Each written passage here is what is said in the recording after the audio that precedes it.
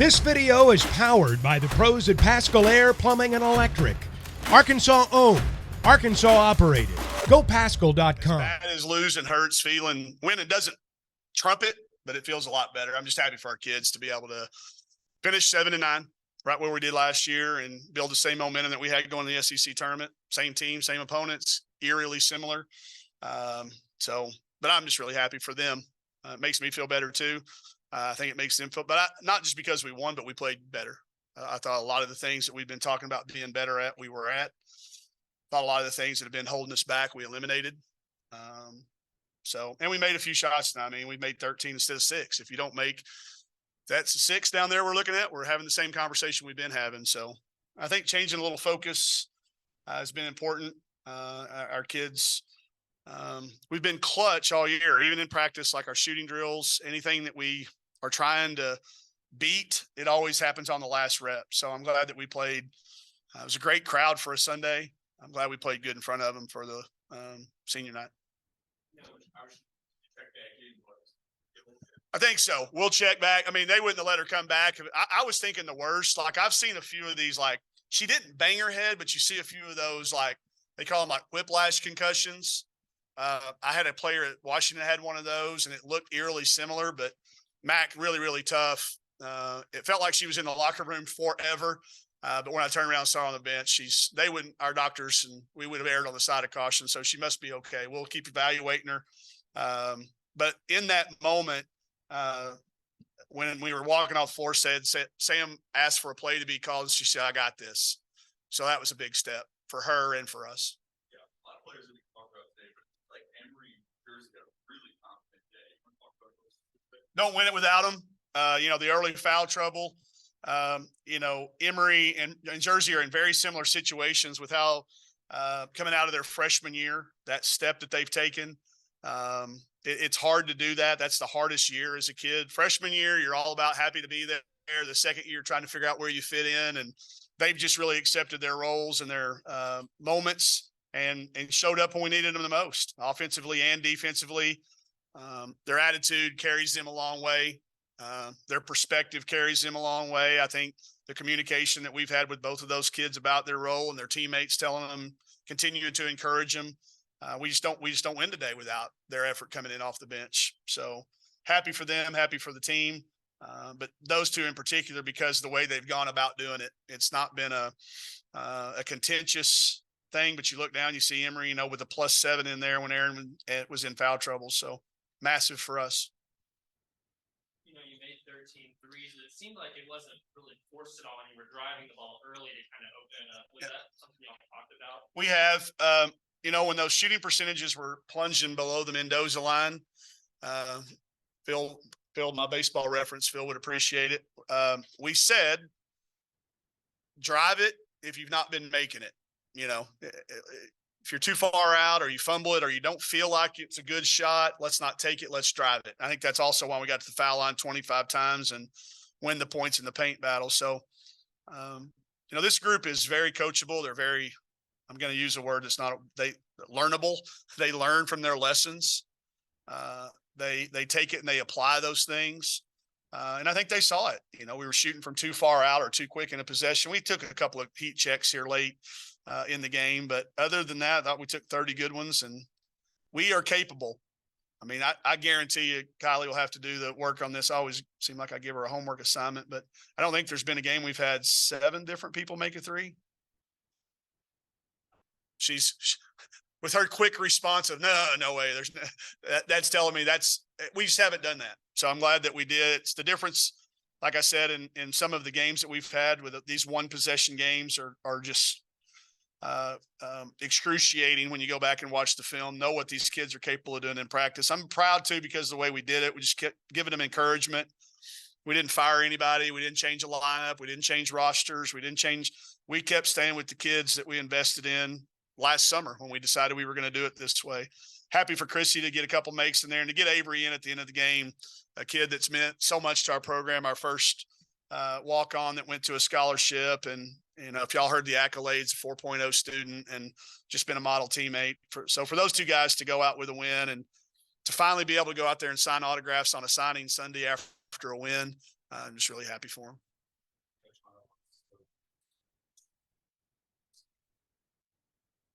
I'll start with Chrissy because she's been here the least amount of time. We had not intended on using the transfer portal at all to build our roster until Sasha came and said that she wasn't going to be playing. So we even toyed with the idea of not going in the portal then. But after a few summer workouts, our team kind of came in and said, Coach, we can't really even play pickup at this point. We think we need another body. So we went into the portal, and y'all that know the portal know there's thousands, literally thousands of names in there. And we settled in on Chrissy really quickly. She was somebody we were very familiar with. There was a connection, and a couple of phone calls in. It was very, very clear that this was going to be a great spot for her. And to come in and have to blend into a team that was as set as ours was. She was the only really new person.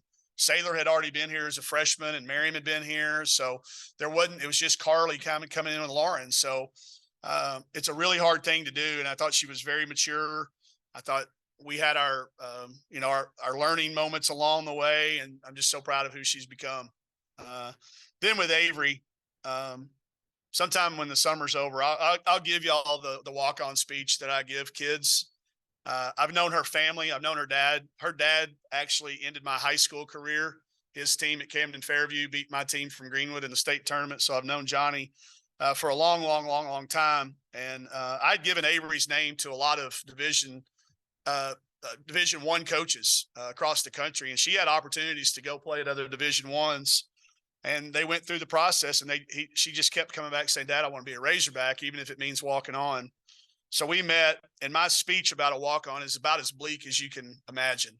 You're not going to get to do this. You might not get to do that. You're going to be on the white team. You're going to be this. And it's pretty bleak because it's a hard thing to be. And she just said, let me go home and think about it, called me the next day and said, I'm in. And she's been in every step of the way. She's also been in the nursing program. Have we ever had a nurse person go through nursing in basketball? I don't think we've ever had somebody finish it. It is grueling to be in that program and be a basketball player. I think there's some other sports that don't overlap, but for her to maintain what she's done, the things that we ask of her to do on the floor and on with our team, it takes a really, really special person. And if you know Avery, you're not surprised by it, but we don't get the thing turned around without people like her.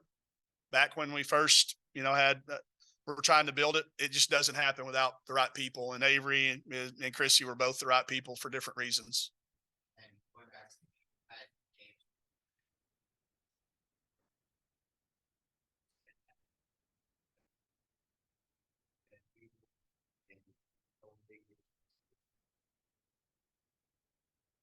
Yeah, I think what that does the most is it relieves everybody else from feeling like they have to do something.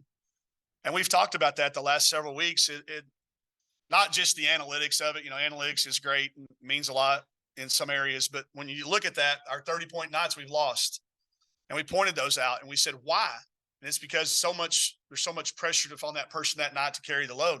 Let's spread that out. Let's let the game come to us. We didn't even write anything on the pregame board about what we were looking for. My play card was very, very shallow. I just wanted to see what happened during the game and see what happened. And I think I probably should have been coaching that way throughout the whole year. It took us a little while to learn that, but you're right. When we see that type of balance, and when you talk to I've got a friend on every single staff here, you're hard to guard when y'all do that. That's what they all say to me. So we need to do that a lot more.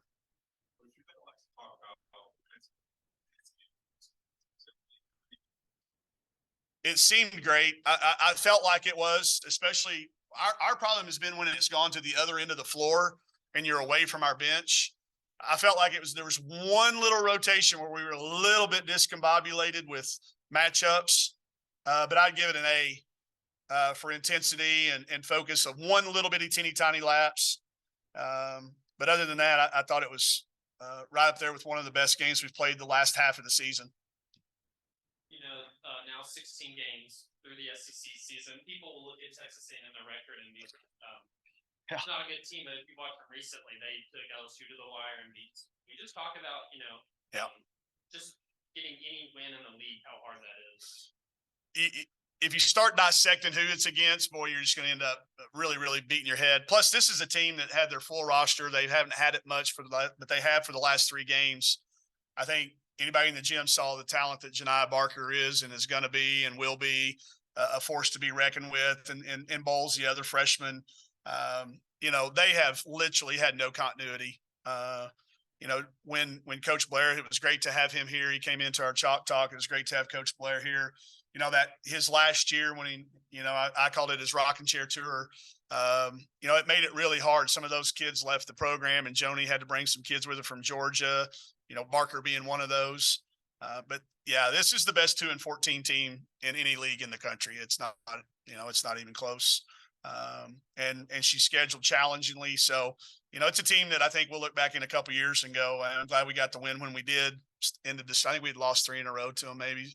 And we hadn't won a regular season game in a long time against them. So they have got some really nice pieces, and they're going to be scary in the future. Last thing I was going to ask is Sam. It's now 2 games in a row. She just seemed really, really confident. Yep. And getting kind of back to finishing at the rim and driving. We just talked about. It was a minutes thing. I mean, if you look, when kids hit that minute number, I don't care whether they're a freshman, sophomore, there's always this minutes number, and she'd kind of hit that number, and she was due a couple of off games. That's what I kept saying to her. Why are you pressing so hard? And she's like, well, my expectations. And that's all good, but you've got to have some reality and think back to, well, nobody expected you to win freshman of the year last year. What were you thinking about then? Let's get back to that place and just continuing to give encouragement. I will tell you, there was a stretch there where I got real reflective, and I'm not sure how much encouragement I was giving the last month. I mean, anybody that's been around me knows that I've lost 20 pounds, and I've been the most encouraging person I've ever been as a coach. We can't give them confidence, but we can give them encouragement. I hope that's part of the reason. I don't know what she would say, but I hope in retrospect, that type of thing, and we can all learn a lesson from that. But she's been really, really good offensively, defensively for us. And again, we don't, I think, build the momentum. Like you're saying, in the 16-game snapshot, 7 wins is a threshold number for the history of our league. It got us in last year. I don't know every year's different. There's there's crazy things happening around the bubble. So all we can do is control what we can control. And we said, let's go out with a win here and go to the SEC tournament and build a little momentum and give people a chance to see that we're not always going to go 3 for 34 from the 3-point line. And when we play like this, then we give them some ammunition to go in that room and talk about. But either way, however it works out with the postseason, 20 wins for this group with the schedule that we put together. I look at the teams. Coach Foley down at Little Rock just clinched their championship.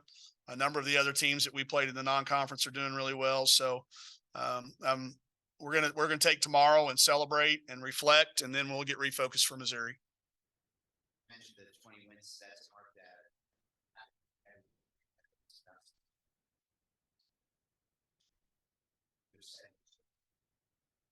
With the schedule, probably may have. There's some games along the way I sure wish we had back. I think we played 6 or 7 3-point games, and there was another handful of 1-possession games I wish we could have had back. We'll see how it finishes. But if you were to ask me to make that right now, I'd say there's some what could have been moments. We've had some bad breaks. We've had some things go against us that we just can't control that could have flipped this thing around, and we'd been 8-8. There's a couple of games that come to mind that we look back on, could have been 8-8, and then we're not even probably sweating it at this point, historically. So I try to compare our kids. A comparison we all know is the thief of joy, or whatever it says on Twitter on those little cool handouts. I don't like to compare, but you have to sometimes in our sport. If you look at the 6 years that these guys have been here, I'd stack it up against any of the 32 that have been. And I would have just said this group, if they get to 20, it means that we've done a lot with the things that have happened, who we just decided to schedule, when and where we played. I might have taken it. I might have signed it on. BetOnline remains your number one source for all your sports betting this season. Everything from the NFL and bowl season to esports. You'll find the latest odds, team matchup info, player news, and game trends at BetOnline. BetOnline features live betting, free contests, and live scores for almost any sport or game imaginable. We're the fastest and easiest way to bet on all your favorite leagues and events. Head to betonline.ag to join and receive a 50% welcome bonus on your first deposit. Make sure to use the promo code BELIEVE to receive your rewards. That's BLEAV. BetOnline, where the game starts.